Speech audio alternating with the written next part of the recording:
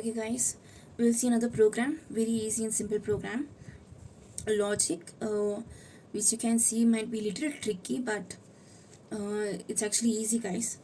Okay, so see here, what is the question? PLSQL program to generate Fibonacci series up to n. Okay, so now these things already you know.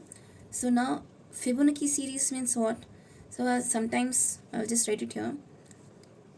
0 1 1 2 3 5 8.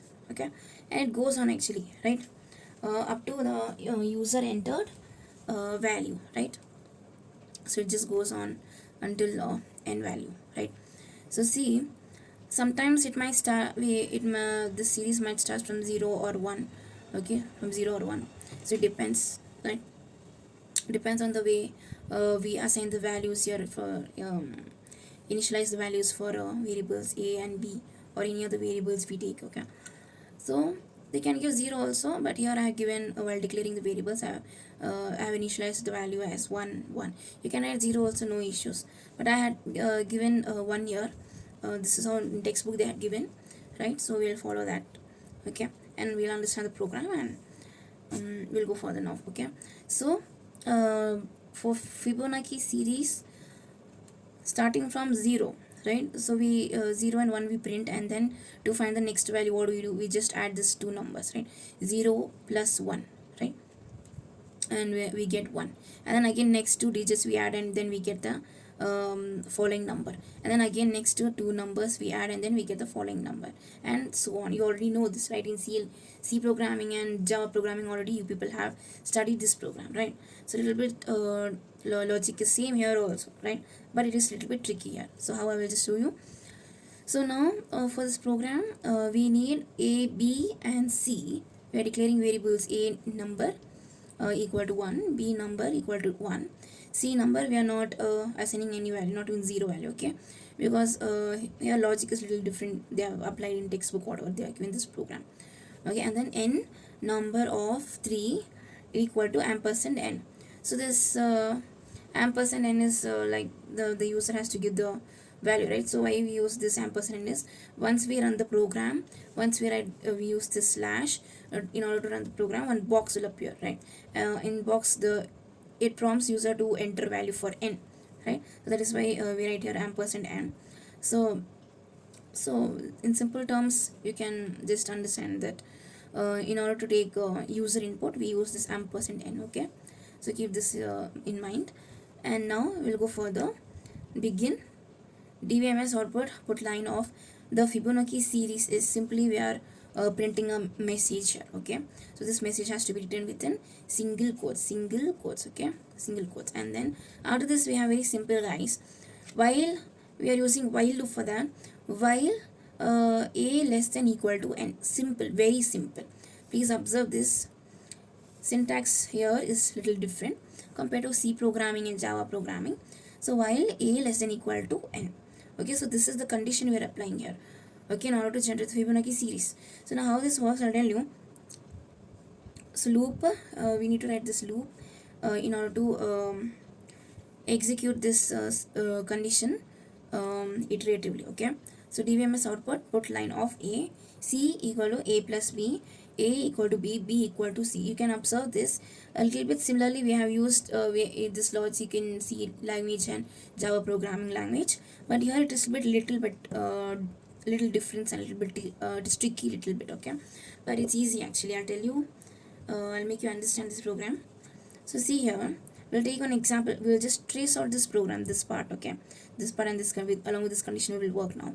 So what happens is, suppose if I take the Fibonacci series as here, I'll write above in place of n I'm writing 5 here. Okay, so initially for this variable a, already I have initialized the value here. Take that value first. Okay, take that value first. So from starting this number we will check this condition and we'll execute this loop. Okay, we'll execute this loop one by one up till n, that is 5. Okay, up to 5 we have to generate the Fibonacci series, right? So first we'll start with 1 because already I have initialized 1 here, right? So take this value and so just check 1 less than equal to 5. 1, I'll write it here, 1 less than equal to 5, yes, true.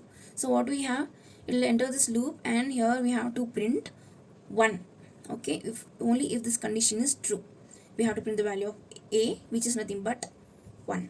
Okay, so I will write it here, or better I will write it here. Okay, yeah. So next what we have to do, after printing this value a, which was 1 previously, currently, so what we have to enter this statements will be executed, okay, iteratively. So c colon equal to a plus b. So now what is the current value of a? 1. Okay, so 1 plus what is the b value? Already I have initialized for b variable, also I have initialized one value, so that is 1, right? So 1 plus 1 equal to 2. Okay, so please make a note of this. So now what do we have to do? Now take this b value, next like we have to swap the values, a equal to b and b equal to c, means we have to swap the values. Okay, so what is the b value currently? B value is 1. Okay, so this will be assigned to a, right? So now I'll write here, the value of a now is 1 only, and the value of c, already we have the value of c here. Okay, the value of c is 2. Okay, so I will write 2 here. Okay, and now again we have to go back to the condition, while condition, right?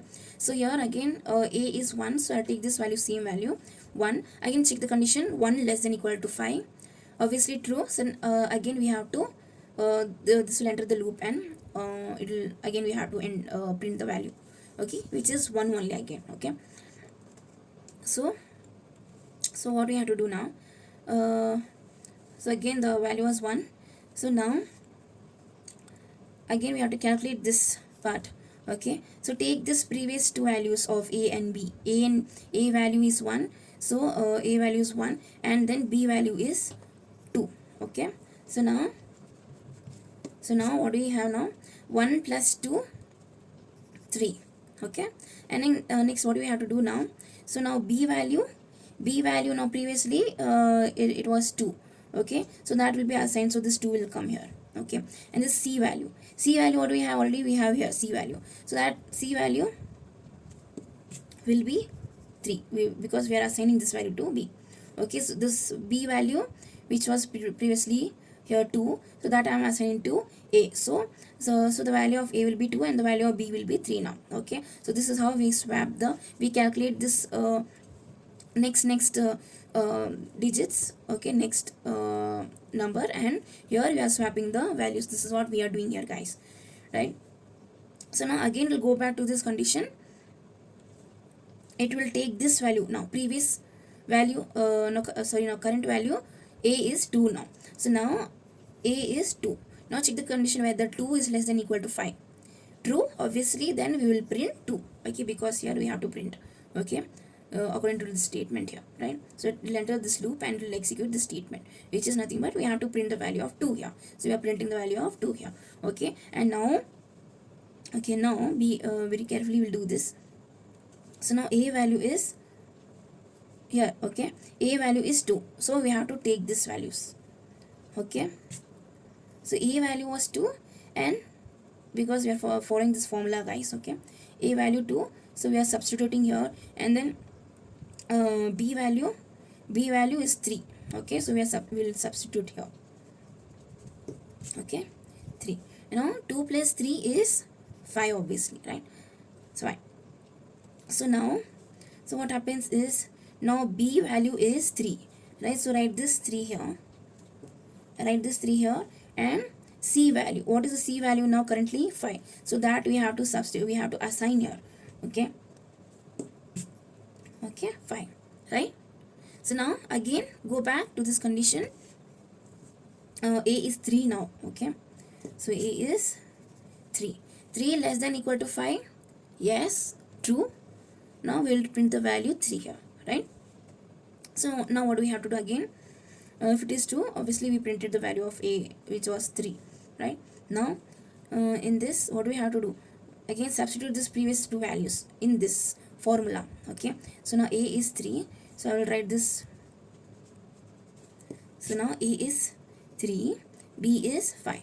Now 3 plus 5 equal to 8. Okay, and then here now we are taking these values. B here is 5. Okay, so that I will assign here. B is 5 and C value is now currently 8. So that we will assign to B. Okay. So now again it will go back to this condition, right? So now current value is for A is 5.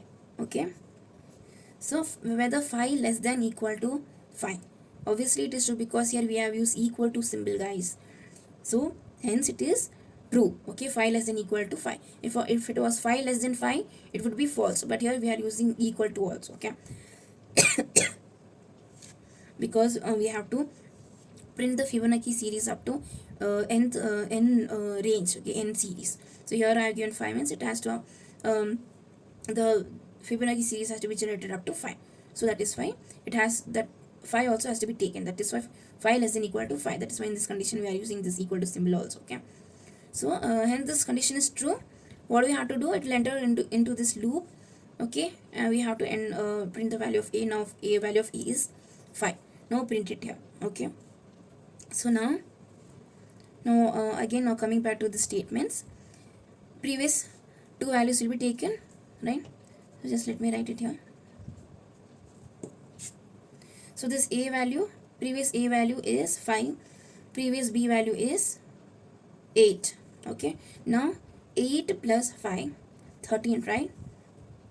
So now this B value will be taken as 8 because here B is 8. Okay, so that will be assigned to A value, A variable. And then C, now current is C, that is the result of this is 13. So this 13 I am assigning to B variable. Okay, so I hope you understood now. And then again go back to this condition. So A value is 8 now. Okay, so A is 8. Whether 8 is less than equal to 5, false, obviously it's understood, right? So what happens, obviously the control comes out of the loop, and we have, in order to end this loop, obviously end loop is semicolon. Please understand this and remember this well. Okay, and then this end. Okay, end semicolon which signifies end of this executable section. Okay, this whole thing, to end this whole thing, that is from begin, what are statements will be writing. To end this executable section, we have to write end semicolon, and to run the program we use slash. Okay, I hope you have understood this, guys. And see here I have given 0, but in program I have given 1. I started with the number 1 1. Okay, you can write 0 also, but it's your wish. You can write 0 also here. Otherwise 1 and then 1 for two variables. You can assign values as 1 1 or 0 1. Okay, so don't see this because here in the program I have given 1 1. So don't see this and get confused. Okay, so here finally, so 5, and this is 1 2 3 4 5. Up to 5 we have generated Fibonacci series. Okay.